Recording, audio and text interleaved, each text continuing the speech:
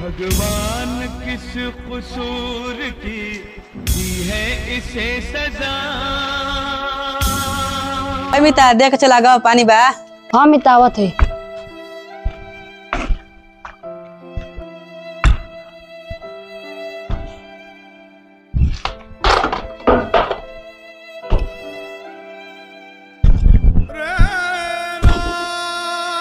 आशीष क्या हुए? हुए हम आशीष अमिता बने जे हम आज आशीष दाल रोटी के व्यवस्था भल है। अमिता रोटी के व्यवस्था भइल बा। लमिता निकाला बगल में से। जिंदगी यही है तो है जिंदगी में अमिता खा। भगवान किस तू खा। कसूर की दी है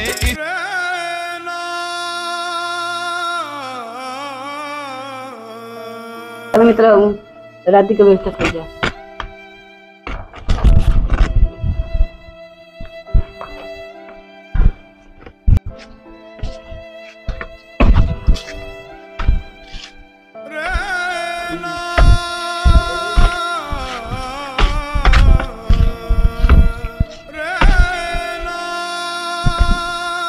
इसमें तू का चलत है यार। साला पंजाबों में बाढ़ आ गई। बताओ देश के का हाल। ओहो बहुत नुकसान बा देश के।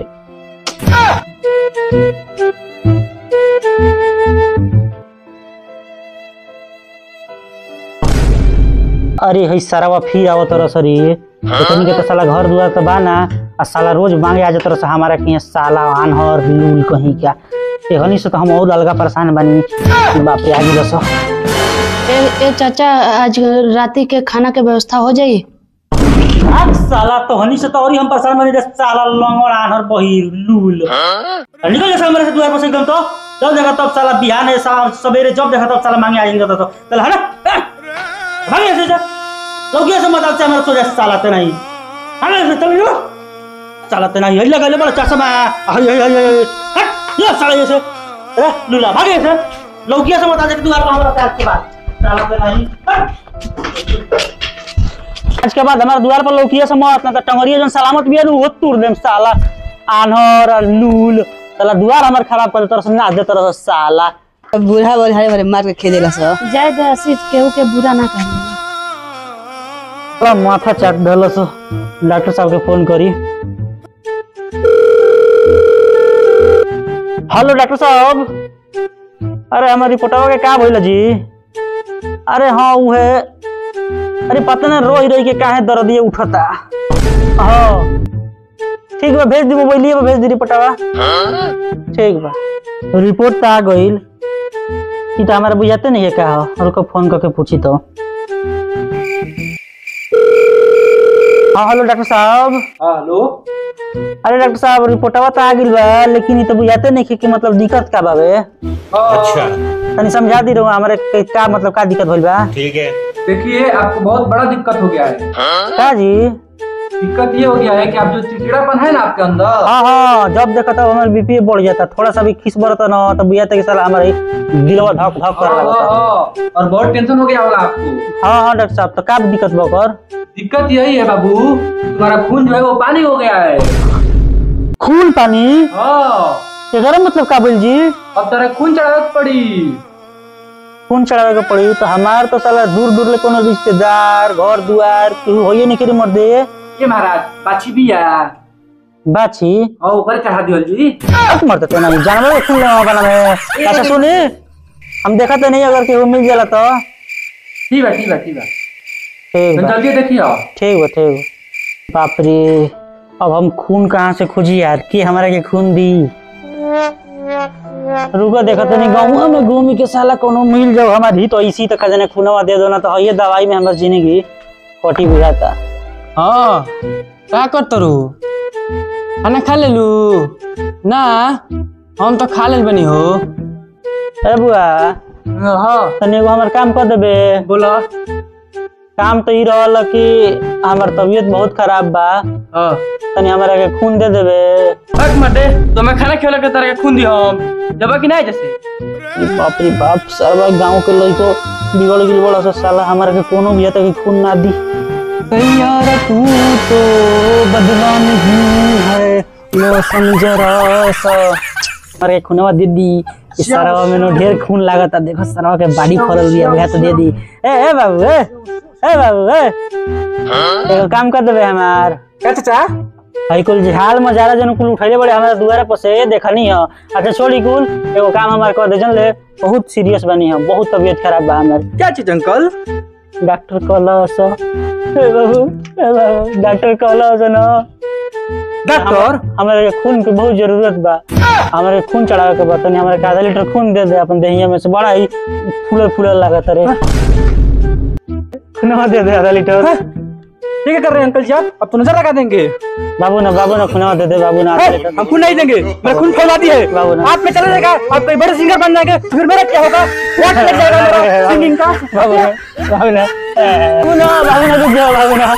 दे दे दे दे।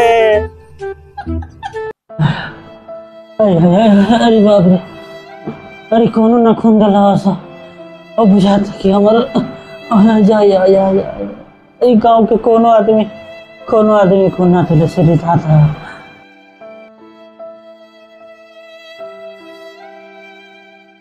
चाचा तहार का बैल हो?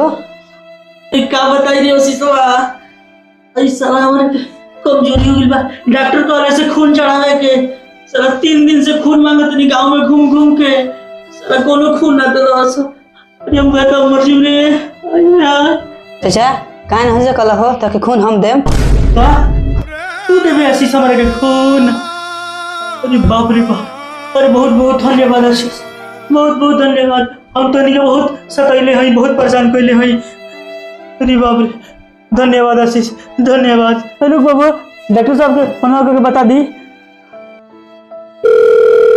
हेलो, हाँ डॉक्टर साहब, अन्ना एक जना मिल गई बड़न, तैयार बड़न खुना देवे के घर में आके दे दी महाराज, हम आवे लायक नहीं हो जाए।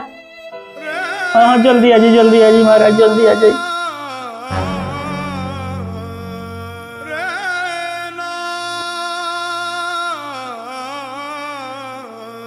تكنولوجيا تكنولوجيا عشدنها تكنولوجيا عشدنها تكنولوجيا تكنولوجيا تكنولوجيا عشدنها تكنولوجيا عشدنها تكنولوجيا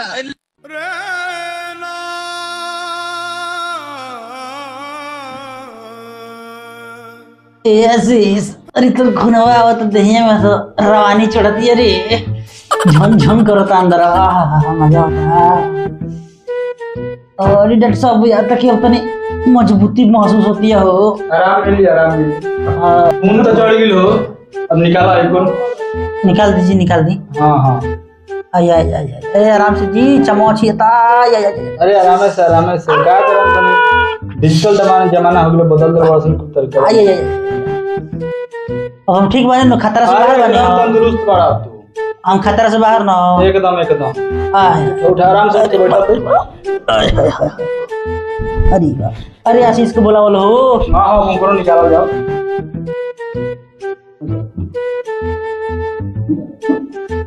कैसा महसूस होता है?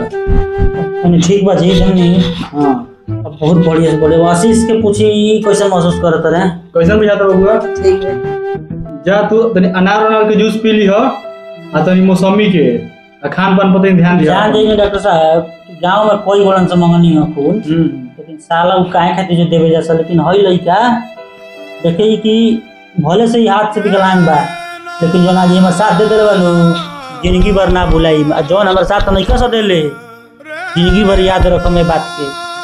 हई लइका खातिर हम सुबह शाम दोपहरिया कोनो बेरा मुसीबते में आदमी चिन्हाला के अपन बके गए बा, हम खड़ा रहो।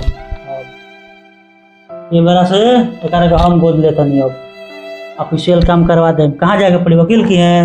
हाँ ठीक बची, वकील के जाके 2-4 गो दस्तावेज जमा करे। हम फीस रवा के दे देम, ठीक बा तब निकली रवा। चलिए तब ठीक बा ठीक बा।